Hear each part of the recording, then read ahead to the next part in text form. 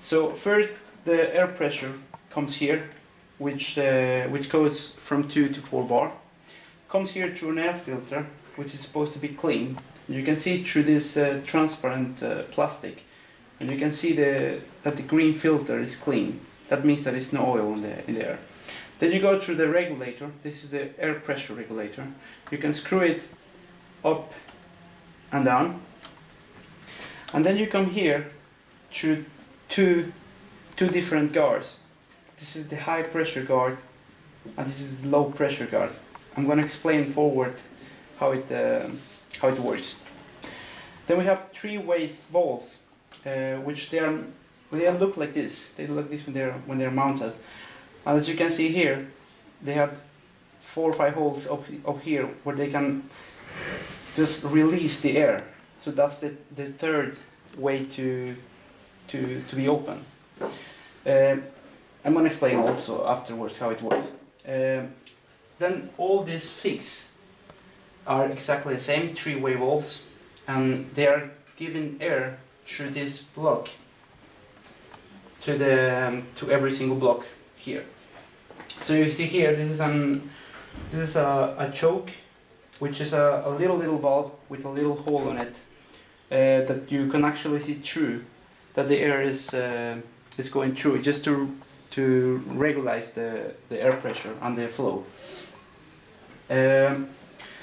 Then you continue here to this is also a three-way valve, and there's a booster under it, and the idea is to provide enough pressure to all the blocks through this check, and the check looks like this, which has a little arrow showing the air pressure direction, the airflow direction. The idea for it is just to provide the blocks with air, and then these valves can send it into the tanks, and just to purge the tanks, and it's used to calibrate the system. Here we have 6 valves per block. As you can see here, we have 6 blocks. 1, 2, 3, 4, 5, 6.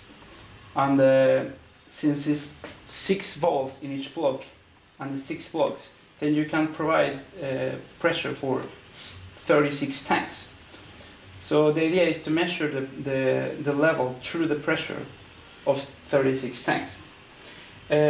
These valves, all the 36 of them, are exactly the same, and the difference between the ones I showed before and the ones up here is that they don't have any holes up here.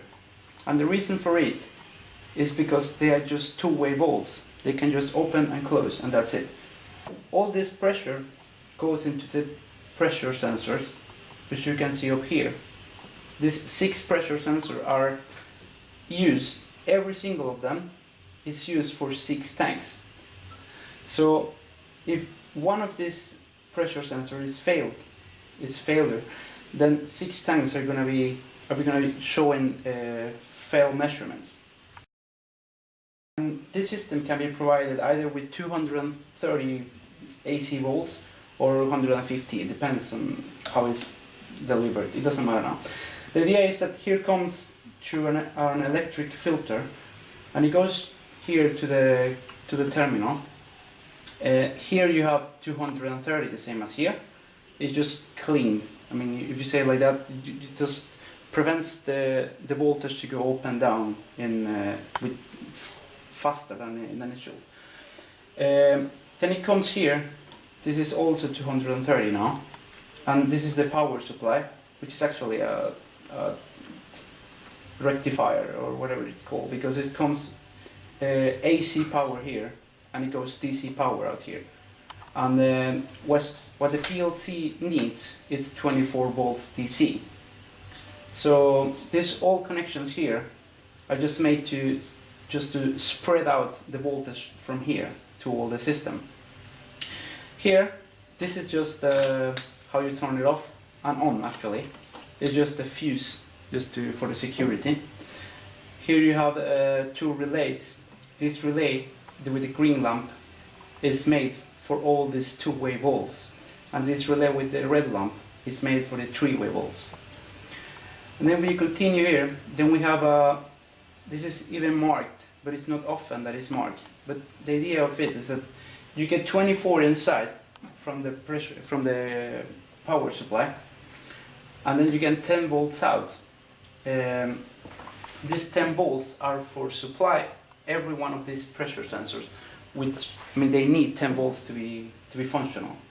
This here is just a bridge to provide 10 volts to every one of single of them. You can see here that the voltage 10 volts come here, and they just spread out to all the 6 of them. If we now continue to the PLC, we can see here that these 6 pressure sensors, which are actually the main component in the whole system, because they are the one measuring the pressure and therefore the level. Here you have, this is actually the computer, the brain of it. These 2 are just input-outputs for analog signals. This is just a relay, and this is the PLC itself. This is the computer. So here it's connected to the pressure sensors, and there's something we're going to go through afterwards. You can see here that there is 1, 2, 3, 4, 5, 6 couple of wires, and every couple it's one pressure sensor, and they're connected like this. This is the pressure sensor A, and it connects here to the first one in the first analog input-output. This is the B, and it goes through to the wire connections here, and it comes here. This is C, and it comes here. This is D, and it comes here. This is E, and it comes here. This is F, and it comes here. So as you can see, the sensors are going from right to left, from A to F, and the connections here are going from left to right. If we continue here, you can see that the PLC has a switch here, and it has 3 stages. It's stop mode, terminal run, and run mode. I'm gonna go through afterwards. This is just an overview.